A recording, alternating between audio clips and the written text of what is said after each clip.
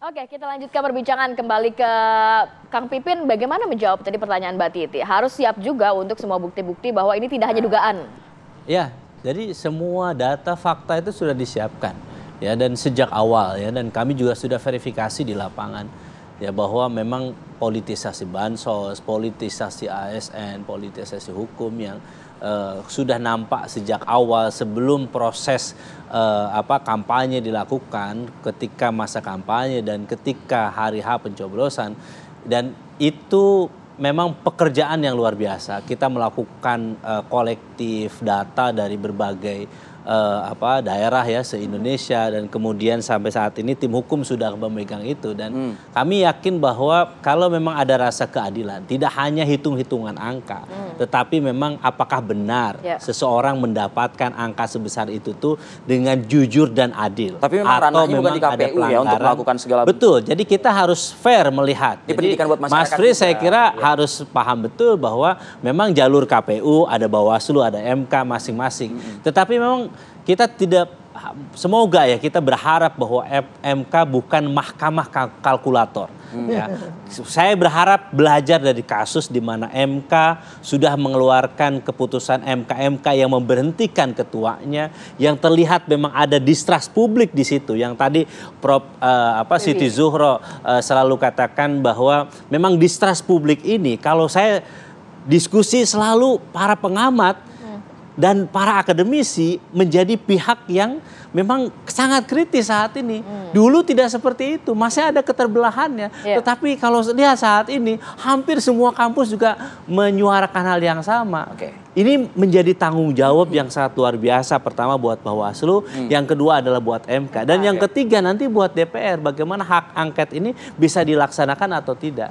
Dan sekali lagi terakhir, tentu saya kira tanpa mengurangi rasa hormat kepada semua pemilih, kami menghormati semua pilihan yang telah diberikan. Tetapi kami harus menguji dengan sesungguh-sungguhnya apakah memang suara itu didapatkan dengan jujur dan adil, atau memang itu dengan penuh kecurangan dan pelanggaran. Saya ingin ke Bang Fris deh. Bang Fris, apapun itu KPU ya sepakat lah, kita mungkin ini lembaga negara. Kita kalau bisa jangan sampai kita mendelegitimasi lembaga ini, kan begitu. Tapi narasi-narasi yang muncul ini seakan-akan ya arahnya ya trust tadi gitu loh. Nah kalau bicara soal trust kepada KPU itu, ujung-ujungnya 02 juga gimana nih? Bisa jadi hilang trust juga dong berarti kalau gitu. Saya itu kenapa memakai benchmark itu adalah proses rekapitulasi nasional ya. Tidak berusaha untuk mengajarin paslon 1, paslon 3. Tapi kalau saya sebagai pengacara, saya bilang, oh saya saat misalnya rekapitulasi Jawa Barat, saya bilang saya minta dalam catatan khusus ada pengerahan massa di sini, adanya bansos misalnya di sini ya, kemudian adanya ketidakjelasan di sini, itu saya sampaikan itu secara umum. Rekapitulasi ada bisa itu. Koridornya ada di situ. Catatan khusus kan setiap paslon kan saksi kan diberikan kesempatan untuk ada katanya. Ada. Ya jadi itu disampaikan. Jadi masyarakat bisa tahu, oh di provinsi ini masalahnya, provinsi ini masalahnya. Tapi itu kan tidak muncul. Ya memang ada proses yang berbeda di KPU Bawaslu. Ya memang beda. Tetapi kalau misalnya mau kita membangun narasi, itu kan bisa dipakai dua-dua. Tapi kan seakan-akan nih semuanya narasi temuan pelanggarannya kan seakan-akan dikumpul-kumpulin gitu loh. Dikumpul-kumpulin sampai ke MK semua gitu loh. Atau saya bertanya, sebenarnya memang ada atau cuma sedang nyari bukti? Kan juga bisa juga dong melihat kan. Karena itu juga mungkin pada saat itu ketua KPU sempat yang bersetegang juga ya dengan saksi dari kubu 01. Ya itu bagian daripada proses itu yang dapat untuk disampaikan. Terus jadi bisa lihat memang ada peran daripada KPU, Bawaslu dan Mahkamah Konstitusi gitu loh. Tapi saya kembali maunya mengajak ya. Saya mau mengajak kita semua untuk melihat kenapa hari ini penting. Kenapa tanggal 20 Maret itu penting? Kalau kita bertanya, surat apa ya? Surat apa yang mengatakan seorang presiden dan wakil presiden?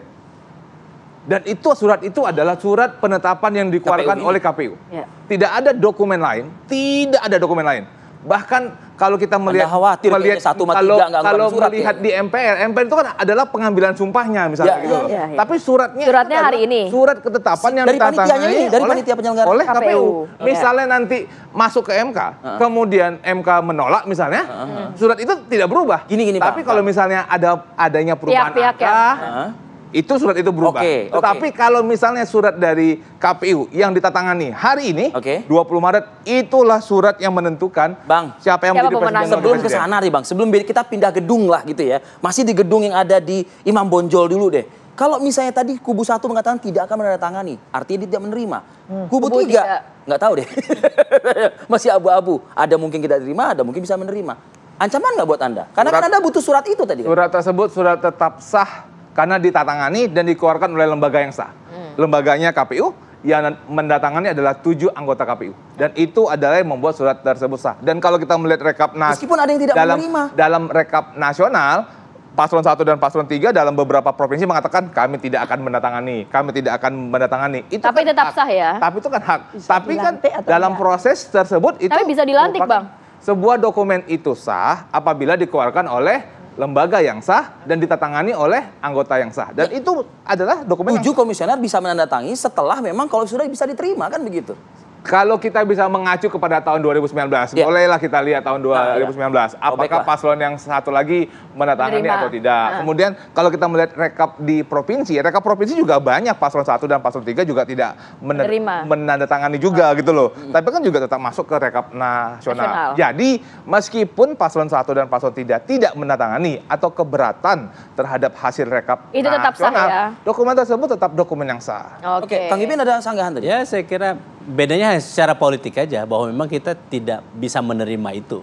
Secara politis memang tidak mendapatkan dukungan dari 01, 03 misalnya. Kalau misalnya kita tidak menandatangani itu. Terus yang kedua memang pengajuannya, syaratnya tadi boleh saja Bung Fris ini gagah-gagahan bahwa memang yang paling penting adalah hari ini dari KPU. Selama kalau kita syaratnya adalah bahwa Mahkamah Konstitusi ini hanya mahkamah kalkulator, maka bisa jadi apa angka yang disampaikan oleh KPU ke MK, tidak ada gugatan, tidak ada keadilan, mungkin itu bisa terjadi sama gitu. Tetapi kalau misalnya MK-nya berpikir bahwa ketika Prof. Siti Zuhro dan banyak kalangan mempersoalkan itu, tidak hanya kami yang berkepentingan dari 01 dan 03, tetapi rakyat juga melihat bahwa memang kecurangan itu banyak, pelanggaran itu banyak, Mahkamah Konstitusi menjadi lembaga peradilan yang jujur dan adil, maka kami yakin bahwa trust publik itu akan pulih ke depan. Saya rasa 58,8% setidaknya sampai dengan quick count sudah menunjukkan trust masyarakat kemana. Dan saya rasa itu sudah menunjukkan bahwa masyarakat sudah memilih Pak Prabowo dan Mas Gibran sebagai presiden dan wakil presiden.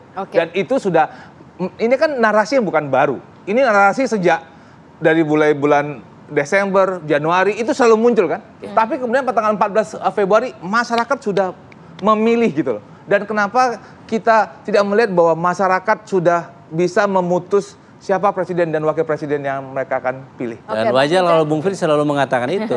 Dan tidak bisa membantah apa yang disampaikan oleh Prof. Zuhro, bahwa memang menerima manfaat dari politisasi bansos, politisasi ASN dan sebagainya. Memang apapun argumentasinya, kalau sudah menerima manfaat dari politisasi bansos, memang tidak bisa melakukan apapun. Iya, jadi pertama ya, kita tidak semata-mata tadi apa yang disampaikan oleh Bang Frits, menekankan pada hanya sebatas pada rekapitulasi. Kita paham betul soal rekapitulasi ini. Seberapa keras pun kritikan kita, seberapa keras pun penolakan kita, bahkan tidak ditantangani oleh saksi, itu tetap juga sah dan berjalan. Gitu. Kita paham itu. Kita jangan dijebak, kenapa nggak di situ, gitu kan? Karena memang kita paham bahwa itu bukan penyelesaian utama di sana, gitu. Ya, kita memberikan saran, kritikan betul, tapi kita paham bahwa itu bukan penyelesaian. Jangan dijebak bahwa kalian tidak memberikan kritikan keras, penolakan. Kalau kalian tidak memberikan itu, kalian tidak punya kesempatan. Kami keras di mekanismenya yang ada kan begitu kan? Jadi kita jangan dijebak pada persoalan sebatas pada rekapitulasi. Itu yang pertama. Yang kedua, itu juga menarik tadi yang disampaikan oleh Mbak Titi tadi, bahwa kita tidak hanya melihat pada persoalan angka yang diterima sekarang, yang sudah dihitung sekarang gitu. Tapi sebelum itu kenapa bisa muncul angka itu? Itu menjadi poin penting ya. Makanya dalam dalil nanti yang akan kami sampaikan berkaitan dengan dalil-dalil di permohonan MK, kami mendalilkan berkaitan dengan TSM, terstruktur, sistematis, dan masif. Katanya betul bahwa memang itu sejak ada Undang-Undang Nomor 7 tahun 2017 itu kewenangannya Bawaslu. Tapi jangan salah bahwa di dalam setiap undang-undang itu tidak pernah sempurna. Ada kelemahan-kelemahan dalam undang-undang itu, ada kekosongan-kekosongan hukum. Dan kami menilai bahwa ada kekosongan hukum yang terjadi dalam Undang-Undang Nomor 7 tahun 2017 itu berkaitan dengan TSM. Dan itu yang akan kita uji. Jadi tidak semata-mata dengan segala bukti yang sudah dimiliki, sudah disiapkan. Tentu kita punya keyakinan lah bahwa MK, di mana kemarin MK membuat satu putusan yang fenomenal yang menimbulkan distrust terhadap masyarakat, gitu ya, yang mengakibatkan kemudian dicopotnya ketua MK. Kami berharap karena dicopotnya ketua MK ini berkaitan dengan Pilpres juga. Kalau kita berdalil pada soal terstruktur, itu sudah dimulai sejak MK itu. Nah, kita berharap bahwa MK akan mengembalikan marwah martabat kepercayaan publik itu, bahwa dalam putusan nanti dalam PHPU ini bisa memberikan kepercayaan publik kepada masyarakat. Dan ini yang akan kita uji di Mahkamah Konstitusi. Baik, Prof. Wiwi terakhir, Prof. Bolanya akan segera menggelinding dari Imam Bonjol ke Medan Merdeka ini nanti. Betul. Ya, memang kita sedang mengalami pemilu yang satu sisi saya senang. Tadi saya sampaikan Mas Frits ya, bahwa tidak ada isu intoleransi dan sebagainya. Senang kita. Polarisasinya tidak besar ya. Tapi sekarang bagaimana mengobati ya dan sekaligus menjadi literasi masyarakat adalah bagaimana membangun trust ini. Karena tidak sia-sia kita Mas berdemokrasi, tapi masalah nilai-nilai itu kita abaikan, etika kita abaikan. Bayangkan ketua Mahkamah Konstitusi masalah dalam pemilu ini, ketua KPU RI masalah, peringatan gitu ya, keras 3 kali soal etika. Menurut saya ini ada apa gitu kan?